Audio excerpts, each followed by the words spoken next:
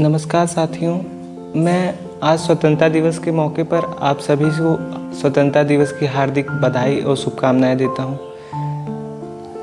स्वतंत्रता दिवस पे हमारे दिमाग में सबसे पहला थॉट जो आता है वो है कि स्वतंत्रता क्या है।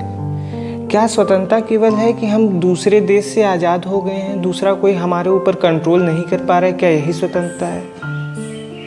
ये सवाल जायज़ भी है, दिमाग में आना भी चाहिए, क्योंकि स्वतंत्रता का शाब्दिक अर्थ आज़ादी है और आज़ादी का एक रिस्ट्रिक्शन भी रहता है इंसान के ऊपर। अगर वो रिस्ट्रिक्शन जो स्टेट यानी हमारा राज्य क्रिएट करता है वो न करे तो इंसान तो आज़ाद उस काल में भी था जब हम आदिमानव थे, लेकिन वो आज़ादी और आज की आज़ादी में बहुत ज़्यादा फ़र्क है।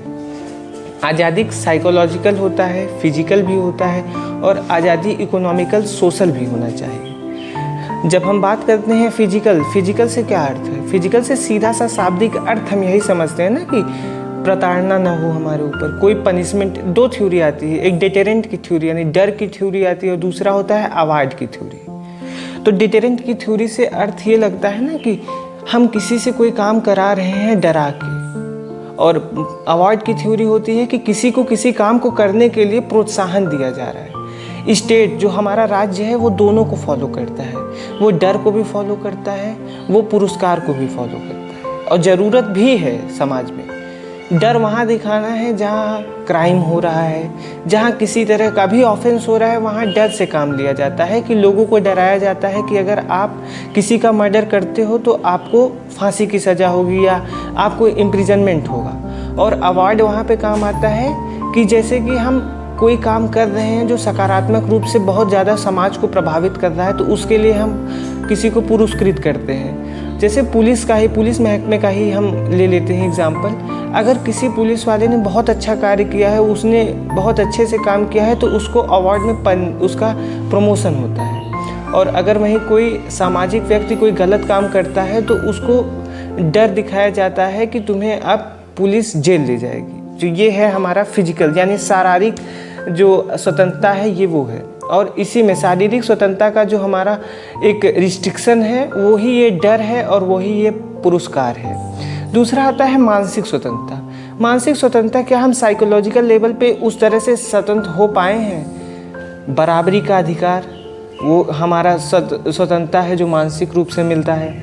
तीसरा है कि जस्टिस का एनवायरनमेंट क्रिएट करना, लोगों में ये समन्वय की भावना रहनी चाहिए कि हाँ उनके साथ न्याय होगा। अन्याय की कोई जो बात होगी, जब सिचुएशन आएगा अन्याय का, तो उन्हें जो स्टेट है, जो राज्य का दर्जा मिला हुआ है, वो उन्हें न्याय देगा।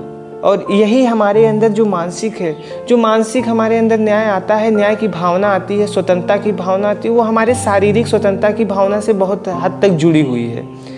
क्योंकि जब भी शरीर पे हमारे कोई भी प्रभाव पड़ता है वो हमारे मानसिक स्थिति को, मानसिक संतुलन को बिगाड़ता है। तीसरा है आर्थिक सुरक्षा।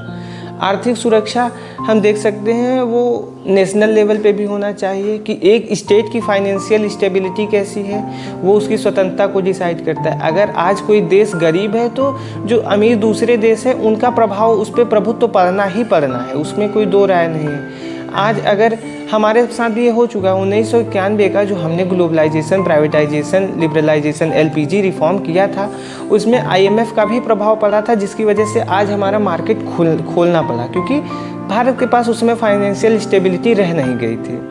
तीसरा है खाद्य सुरक्षा यानी फूड सिक्योरिटी।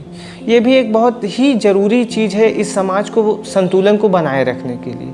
खाद्य सुरक्षा एक ऐसी चीज़ है, हमने वो समय भी देखा है जब हमारे प्रधानमंत्री माननीय स्वर्गीय लाल बहादुर शास्त्री जी ने नारा भी दिया था कि एक समय का खाना खाओ ताकि हम युद्ध लड़ सकें और ताकि हम अपने देश की उस स्वतंत्रता को बचाए रख सकें। ज़रूरत थी क्योंकि उसकी वजह से ही तो हमारा 1960 का स्वामीनाथन ये आया, HYB सीड्स का कॉन्सेप्ट आया और आज हम लोग अपने खाद्य सुरक्षा को बचाने में काफ़ी हद तक सही हो चुके हैं। काफ़ी अच्छी बात है भारत के लिए, ये गौरवान्वित बात है कि हमारे यहाँ ग्रीन रेवोल्यूशन हुआ, स्वामीनाथन जी के मदद से हुआ और हम आज भी उसी पहलू पे चल रहे हैं। अच्छा चलो, स्वतंत्रता क्या है वो एक हो गया, बेस बन गया। हिस्ट्री क्या है, कैसे हमने स्वतंत्रता को हासिल किया। स्वतंत्रता को हासिल करने का संघर्ष बहुत पुराना है। स्वतंत्र एक तरह से भारत की अधीनता देखी जाए तो वो 11वीं शताब्दी में जब मुसलमानों का आक्रमण हुआ भारत पे, तो उसी समय से ही शुरू हो गया। हमने नादिर शाह को देखा है जिसने भारत को लूटा है, सोमनाथ को लूटा है, कई बार लूटा है, एक बार नहीं। यही है ना कि जब कोई देश कमज़ोर रहता है तो बाहरी ताकतें उस पर अपना प्रभाव डालने की प्रयास करती हैं। ठीक है, भारत को जो माना जाता है कि भारत का एक्सप्लॉयटेशन 200 साल में सबसे ज़्यादा हुआ, और वो 200 साल ब्रिटिश के थे। इस समय क्या हुआ ना, शुरुआत ब्रिटिशर्स ने कैसे की? शुरुआत ब्रिटिशर्स ने ऐसे कि वो भारत में आए कि हम यहाँ से मसाले खरीदेंगे, कच्चा माल खरीदेंगे, और उसको मतलब कि यहाँ के बने हुए प्रोडक्ट को खरीदेंगे, क्योंकि यहाँ के बने हुए प्रोडक्ट की क्वालिटी बहुत अच्छी होती थी। उसे ले जाके वो इंग्लैंड में बेचते थे, उनका फ़ायदा होता था। लेकिन धीरे धीरे जब 17वीं शताब्दी 18वीं शताब्दी के बीच में जब वहाँ पे इंडस्ट्रियल रेवोल्यूशन हुआ, औद्योगिक क्रांति हुई, उसने भारत को बदल के रख दिया। अभी तक भारत के अंदर आयात से पैसा आ रहा था, जा रहा था, एक स्टेबिलिटी मेंटेन थी। लेकिन अब क्या हुआ, भारत से कच्चा सामान खरीदते थे, वहाँ पे जाके इंग्लैंड में वो सामान बनता था, और फिर भारत में वही सामान हमें दुगने रेट पे बेचा जाता था। इससे आर्थिक विषमता शुरू हुई, भारत का एक्सप्लॉयटेशन शुरू हुआ, और जो भारत सोने की चिड़िया कही जाती थी उसका दोहन शुरू हुआ।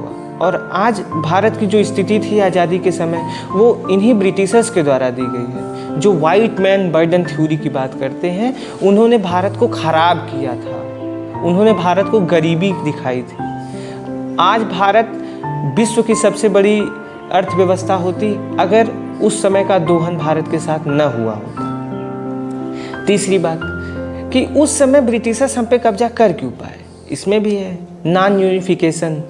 हम लोग बटे हुए थे, अलग अलग जाति में, अलग अलग तबके में, अलग अलग वर्ण व्यवस्थाओं में बटे हुए थे। ये एक तरफ है।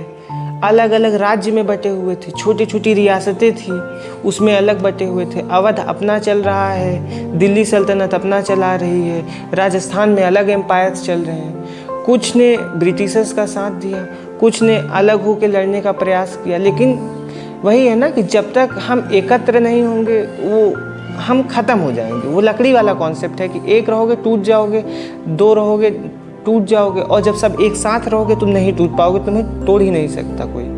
तीसरा है कि हमने उनकी जोड़ तोड़ की पॉलिसी नहीं समझी। उन्होंने बहुत सारा पॉलिसी हम पे अपनाया। एक तो वो डॉक्ट्रिन ऑफ लैप्स ही था कि जिस राजा का वंश खत्म हो जा रहा है या जिस राजा के पास बच्चे नहीं हैं, अपना लड़का नहीं है, उसको वो ब्रिटिश हुकूमत में लेते थे। महलवाड़ी सिस्टम था, रेवतवाड़ी सिस्टम था, बहुत तरह से भारत को लूटा गया है। कभी कभी टैक्स बढ़ा दिया जाता था, जहाँ गरीबी सूखा पड़ता था वहाँ पे कोई उन्हें रियायत नहीं मिलती थी। यही तो था ना दोहन का तरीका। और स्वतंत्रता इसी का नाम है कि जब आंशिक विकास नहीं, संपूर्ण विकास हो, पूरे एक देश का विकास हो, वही उस देश के लिए स्वतंत्रता है। स्वतंत्रता का केवल ये अर्थ नहीं है कि हमारी सरकार बदल जाए, हम जो यहाँ के मूल निवासी हैं वो इस देश पे राज करने लगे। ऐसे तो बहुत हुआ है, हमने सोमालिया, युगांडा बहुत एग्जाम्पल देखे हैं कि वो लोग ही जो अपने देश पे राज करते थे उन्होंने ही अपने देश को लूटा है। अब कोई ज़्यादा दूर का हमारे पास एग्जाम्पल नहीं, हम बांग्लादेश का ही एग्जाम्पल देखते हैं। वहाँ लूटपाट तो नहीं हुई है, लेकिन कुछ लोगों को अधिक फायदा देने के चक्कर में पूरे देश का सर्वनाश कर दिया गया। जो देश हंस खेल रहा था, अच्छे से चल रहा था, जीडीपी इकोनॉमी सब मेंटेन किया हुआ था, लेकिन क्या ही कर सकते हैं। वहाँ पे कुछ राजनीतिक गतिविधियों की वजह से आज बांग्लादेश जल रहा है। वहाँ हमारे हिंदू भाई, मुस्लिम भाई, क्रिश्चियन सब मारे जा रहे हैं, क्योंकि ये जो आग होती है वो भूख से शुरू होती है और अंत कर देती है, एक समाज का अंत कर देती है, एक युग का अंत कर देती है। दूसरा, जब हमने अपने हिस्ट्री को खंगाला तो हमने सबसे पहले 1857 की पहली क्रांति को देखा। 1857 की क्रांति बहुत बड़ी थी। उसमें मंगल पांडे ने शुरुआत किया, झांसी की रानी श्री लक्ष्मीबाई जी ने अपना सहयोग दिया, लखनऊ से बेगम हजरत महल आई, दिल्ली से बहादुर शाह जफ़र आए। बहादुर शाह जफ़र को सबने अपना नेतृत्व दिया कि आप हमारे नेता हैं, हमें कमांड कीजिए, हमें कैसे आगे बढ़े। हालांकि उस समय यूनिफिकेशन ना होने के कारण और उनकी सेना मजबूत होने के कारण कुछ हमारी गलतियों की वजह से हमने प्रथम संघर्ष में, प्रथम दृष्टया में हमने अपने आप को नहीं साबित कर पाए, हम अपने भारत को स्वतंत्र नहीं करा पाए। उस समय ये भी था ना कि अगर भारत स्वतंत्र हो जाता तो आज के स्वरूप का भारत नहीं बन पाता, क्योंकि उस समय फिर से रियायतों में बढ़ जाता भारत। सब मिल के तो अंग्रेज़ों से हमें छुटकारा मिल जाता, लेकिन भारत के कई टुकड़े हो जाते। जब भारत आज़ाद हुआ था तब भी हम 500 टुकड़ों में बटे हुए थे, उन्हें जोड़ना वो भारत बना है। और उस समय भारत आज़ाद होता तो वो फिर से रियासतों में ही टूट जाता। तीसरी चीज़, हमने क्रांति को नहीं फॉलो किया, हमने मूवमेंट को फॉलो किया। हमने रेवोल्यूशन नहीं मूवमेंट को क्यों चुना? रेवोल्यूशन एक शाब्दिक अर्थ है ना कि तुरंत कोई चीज़ में जो चेंज आ जाता है, या विद्रोह से, विध्वंस से, किसी भी चीज़ से। फ्रेंच रेवोल्यूशन हमने सुना है कि हमने तुरंत आंशिक रूप से उसको स्वीकारा और एक सिस्टम को बदल के रख दिया, ये क्रांति होती है। और मूवमेंट क्या होता है कि स्लो ग्रोथ होगा, हम अपने हिसाब से उस ग्रोथ को रेगुलेट कर सकते हैं कि कब हमें उस ग्रोथ को हाइप देनी है, कब लो करना है। हमारे नेता रहे हैं गांधी जी, जिन्होंने आज़ादी में सबसे बड़ा महत्व अपनी भूमिका निभाई है। वो हम उन्हें क्रिटिसाइज़ कर सकते हैं, हम उन्हें अच्छा मान सकते हैं, लेकिन मानना तो ये होगा ना कि लीडर वही थे, क्योंकि उन्होंने हमें लीड किया था कि कब हमें अपनी क्रांति को, अपने मूवमेंट को हाइप देना है, कब उसे नीचे ले आना है। और हमने अहिंसा को माना, क्योंकि हिंसा हम करके 1857 में देख चुके थे कि हिंसा से वो भारत का स्वरूप नहीं बन सकता था जिस भारत की परिकल्पना हमारे पूर्वजों ने की थी, जिस भारत की परिकल्पना गांधी ने की थी, जवाहर ने की थी, जिस भारत की परिकल्पना हमारे सरदार पटेल जी ने की थी, पूरे उस समय की कांग्रेस ने किया था। वो भारत हिंसा से नहीं बन सकता था, और कोई भी देश जो हिंसा से बना हो वो सर्वाइव नहीं कर सकता ज़्यादा दिन तक, क्योंकि उनके दिमाग में वो हिस्टोरिकल टेंडेंसी जो क्रिएट है वो हिंसात्मक ही रहेगी। इसीलिए भारत ने अहिंसा का मार्ग चुना। हमारे पूर्वजों को सपने का भारत क्या है? क्या ये भारत वो भारत है जो आंशिक विकास के रूप में देखा जाए? क्या यही भारत है जो समता और समानता की बात को नकारे? क्या ये वही भारत है जो लोहिया के समाजवाद की विचारधारा को छोड़े?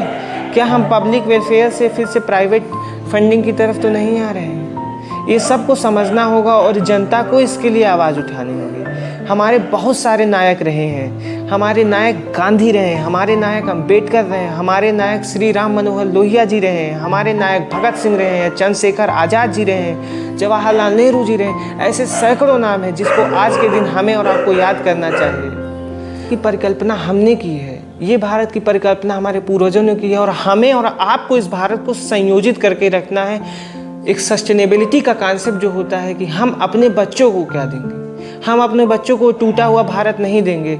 जो पीड़ा हमने 1947 से सीखी है कि जब एक देश का विभाजन होता है तो केवल एक देश मात्र का विभाजन नहीं होता, वहाँ की संस्कृति का भी विभाजन होता है, वहाँ के लोगों का विभाजन होता है। और एक देश टूटता है तो वो कितना कष्टदायक होता है। हमने 10 लाख लोगों की मृत्यु देखी है 1947 में, वो हमें फिर से वो भारत नहीं देखना है। वो भारत के लिए एक काला काल था, एक काला दिवस भी कह सकते हो। आज हम स्वतंत्र जरूर हुए हैं, लेकिन यही दिवस था जिसने भारत को झकझोर के रख दिया, भारत की क्रांति को रोक के रख दिया कि तुमने मूवमेंट किया लेकिन हमने तुम्हें तोड़ दिया।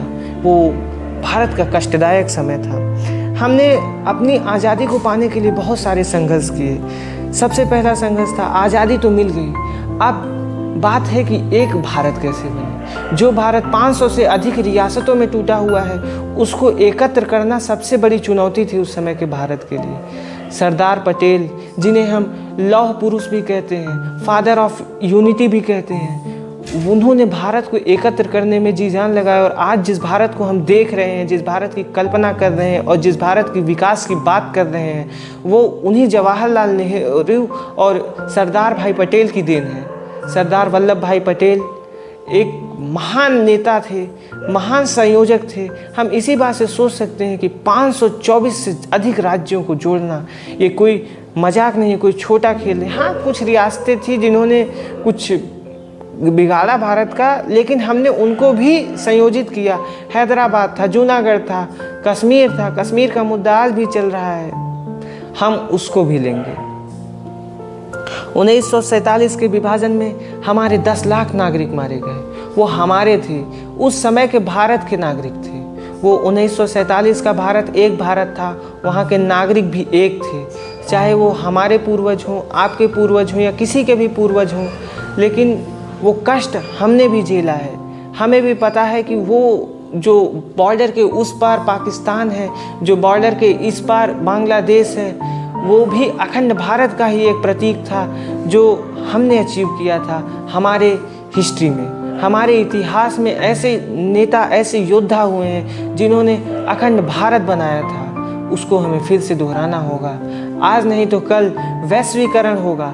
हम फिर से विकास के जो स्पीड पे चल रहे हैं उससे हम ये मान सकते हैं कि फिर से वो दिन आएगा कि एक भारत सर्वश्रेष्ठ भारत बनेगा। नए भारत का सपना उन्होंने देखा था जिन्होंने संविधान सभा में उस संविधान को लिखा था। इस नए भारत का सपना उन्होंने देखा था जिन्होंने भारत की परिकल्पना की थी कि कैसा होना चाहिए हमारा भारत। इस भारत की कल्पना हमारे भगत सिंह ने की थी।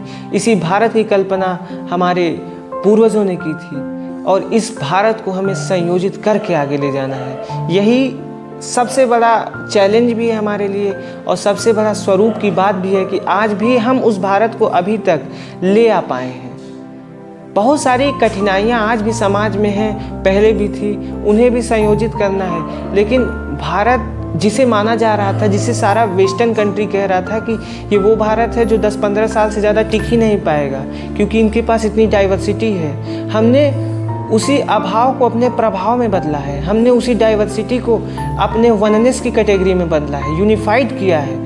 हमने अपने हिस्टोरिकल बैकग्राउंड से नेशनलिज्म की भावना निकाली है। हमने अपने जियोग्राफी को इस तरह से संयोजित किया है कि हर तबके को खुश किया जा सके। हालांकि हर तबके को, समाज को कोई खुश नहीं कर सकता। हमने प्रयास किया, यही हमारे लिए सबसे बड़ी सफलता की बात है जिसे हमें पुरस्कृत करना चाहिए। लोगों को इस राज्य में भरोसा दिलाना उस समय की सबसे बड़ी कठिनाई थी। कैसे कोई वो व्यक्ति जो आम आदमी है, जो सबसे ज़मीन से सबसे नीचे का तबके का जो आदमी है, कैसे उसे विश्वास दिलाया जाए कि जो कार्य हमारे साथ पिछले सैकड़ों सालों से ब्रिटिशर्स कर रहे हैं वो हम नहीं करेंगे। हम अपनी सरकार लाने के बाद समता और समानता की बात कैसे करेंगे? हम समाज की उन्नति की बात कैसे करेंगे? हम आर्थिक सौहार्द की बात कैसे करेंगे? यही हमें स्वतंत्रता की मूल भावनाएं हैं, जो हमारे प्रियम्बल है, जो हमारे संविधान का प्रियम्बल है, वही मूल भावना है पूरे संविधान की। वो बताता है कि भारत कैसा है, भारत की संरचना किस मूल से हुई है और भारत का भविष्य कैसा होगा।